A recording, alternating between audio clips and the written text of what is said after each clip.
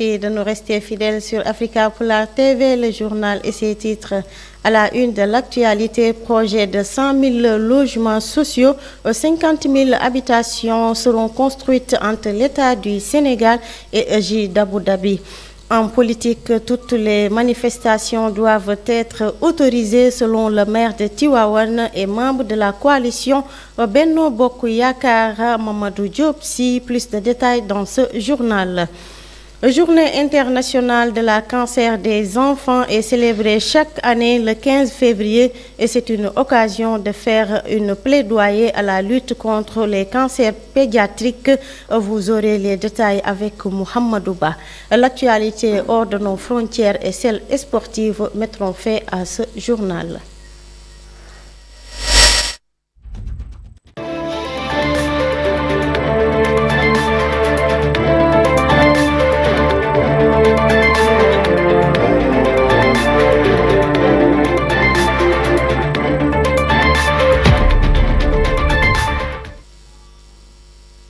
Bienvenue, nous démarrons ce journal comme je vous l'annonçais dans les titres. Construction de 100 000 logements sur l'ensemble du territoire avec 60% des logements à construire sur le triangle Dakar-Mbour, Thiès et les 40% restants sur le reste de la pays, sur le reste du pays plutôt. Dans ce sens, c'est dans ce cadre plutôt qu'un contrat de construction de 50 000 logements entre l'État du Sénégal et un groupe EJ d'Abu Dhabi. L'État entend amorcer la phase d'accélération de la mise en œuvre du projet avec une production de logements à l'échelle. Après plus de 2 ans de négociations, le contrat signé ce mardi 14 février 2023 est portant sur l'aménagement, la construction de logements, d'infrastructures et d'équipements va permettre l'atteinte des objectifs du projet. En politique, le pôle des porte-parole de la coalition Benno Bokk Yakaar a fait face à la presse hier.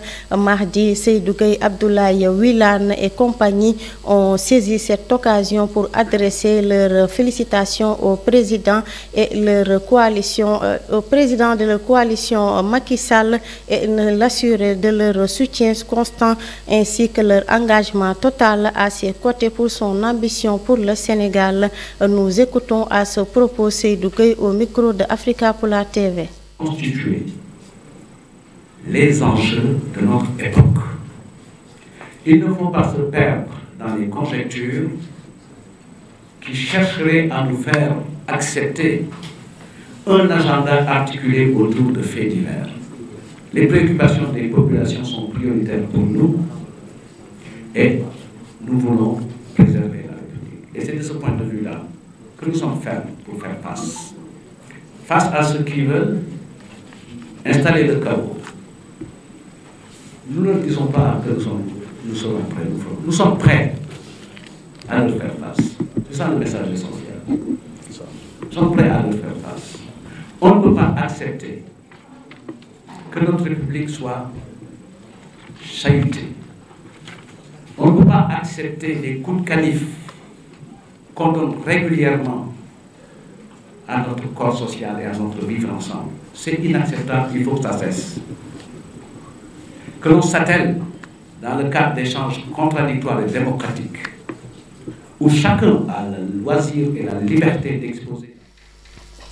Voilà, le maire de la ville de Tivaouane qui a accueilli Macky Sall vendredi dernier et non loin membre de la mouvance présidentielle s'est exprimé sur les tensions dans les champs politiques sénégalais ces derniers temps exacerbés par les interdictions des rassemblements de l'opposition selon Mamadou Diop qui était l'invité de l'émission Info Matin sur la TFM. Les manifestations ne doivent pas être interdites. Ma conviction et qu'aucune manifestation ne doit être interdite. Si des gens veulent manifester, qu'on les laisse manifester, il faut les encadrer et non les interdire. Et pour moi, c'est ça la norme, a affirmé celui qui a encouragé le président Macky Sall de briguer à un 3e mandat. Dans un entretien paru ce mardi dans Walfadjri, Maître Moussa Diop a affirmé que le bloc de l'opposition qui avait bousculé le pouvoir au local puis aux législatives a éclaté. Yewwi n'existe plus, a-t-il décrété. C'est un conglomérat d'individualistes où chacun est candidat. L'ancien directeur général de Dakar Dem Dikk poursuit l'intercoalition Yewwi Wallu n'est plus à l'Assemblée nationale. Ils ont été ensemble aux élections pour réduire la force de la mouvance présidentielle. Dès l'instant qu'ils ont traversé la rue, Wallu a donné un coup de pied à Yewwi. À Kaolack, des agents municipaux de la commune de Kaolack regroupés au sein de l'intersyndicale des travailleurs de cette collectivité territoriale ont déploré mardi une situation délétère et regrettable qui prévaut au sein de l'institution qui les emploie. Réunis jusque tard dans la soirée pour examiner la situation actuelle de la municipalité de Kaolack, ils ont dénoncé le comportement incompréhensible et inadmissible des autorités municipales. Ces autorités manifestent mépris, arrogance et excès d'autorité vis-à-vis d'un personnel pourtant totalement dévoué et consciencieux. Avec la fermeture à tout dialogue, seul gage de compréhension et de la paix, a déclaré Cheikh Tidiane Seck, secrétaire général du syndicat autonome des travailleurs des collectivités locales du Sénégal. Je vous l'annonçais dans les titres, comme chaque année, le 15 février marque la journée internationale du cancer des enfants. Nous constatons plus de 800 à 1200 cas sont attendus chaque année. C'est une occasion pour la rédaction d'en parler. Écoutons à ce propos le papier de Mohamedou Ba. Près de 800 à 1200 cas de cancer pédiatrique sont attendus chaque année pour le Sénégal, disait le ministre de la Santé et de l'Action sociale en 2022. Seuls 200 cas sont répertoriés dans le territoire national, disait Dr Baboucar Gueye le 14 février 2022. La communauté internationale célèbre la journée mondiale de la lutte contre les cancers de l'enfant, qui se tient le 15 février de chaque année, une occasion de faire le plaidoyer de la lutte contre les cancers pédiatriques au Sénégal.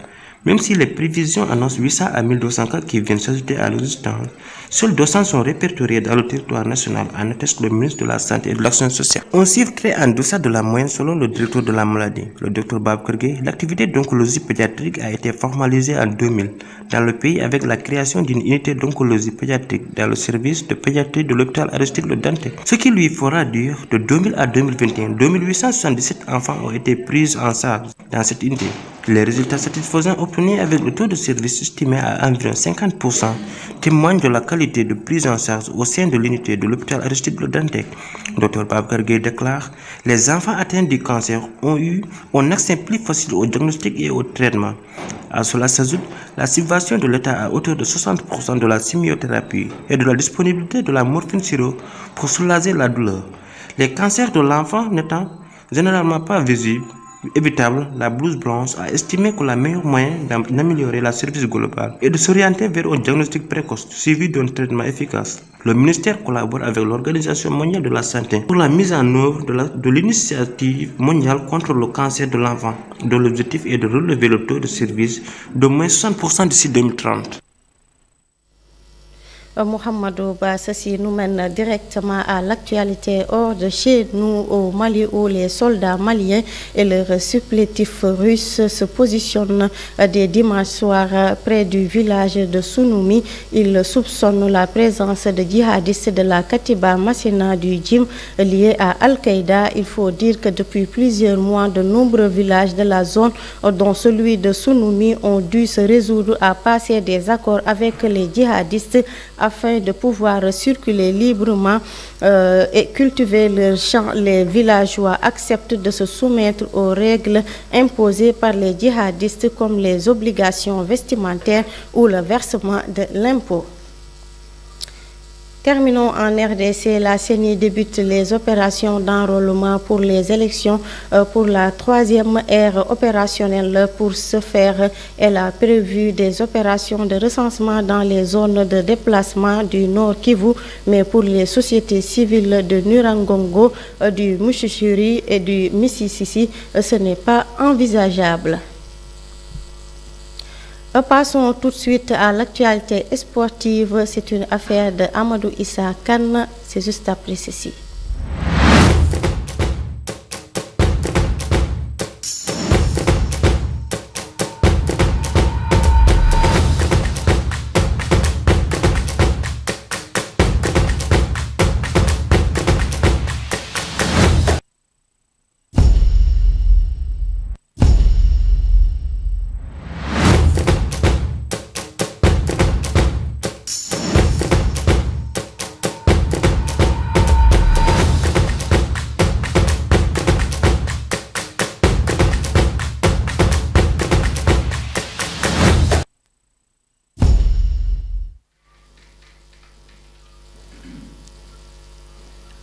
Merci Bassine Lognan. Après cette première partie du journal télévisé sur Africa Polar TV, nous allons commencer par la Ligue des Champions. Hier, le Paris Saint-Germain a perdu sur son terrain 0-1 devant le Bayern de Munich, alors que le Milan AC en Italie a battu Tottenham par 1-0 ce soir à 20h. Vous pourrez suivre Bruges contre Benfica de Lisbonne.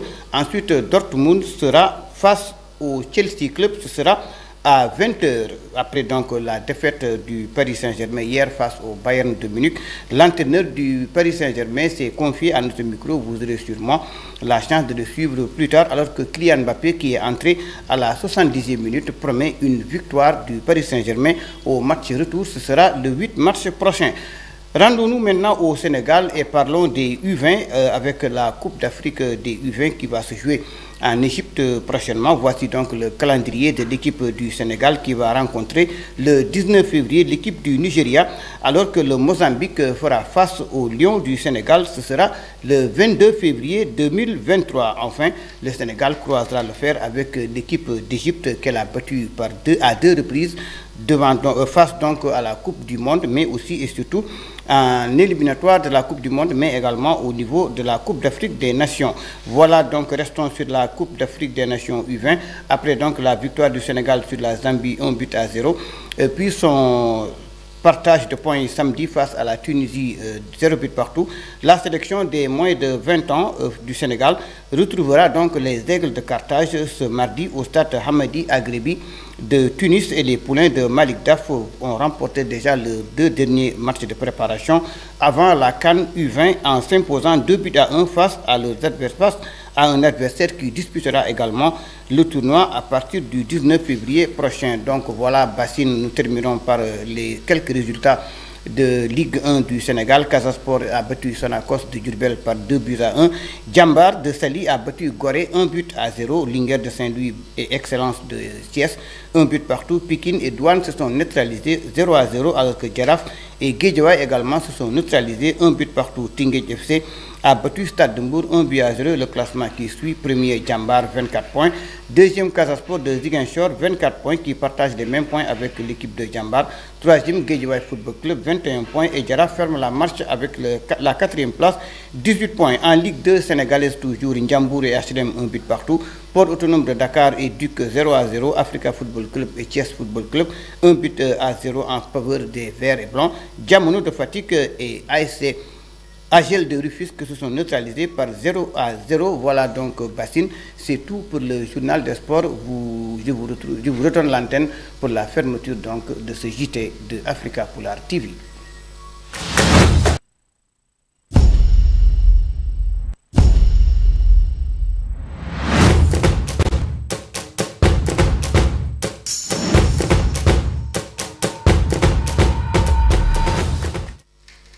Merci Amadou Issa Kane pour ces informations sportives. C'est ce qui met fin à ce journal.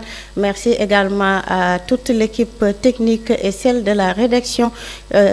D'ici là, portez-vous bien.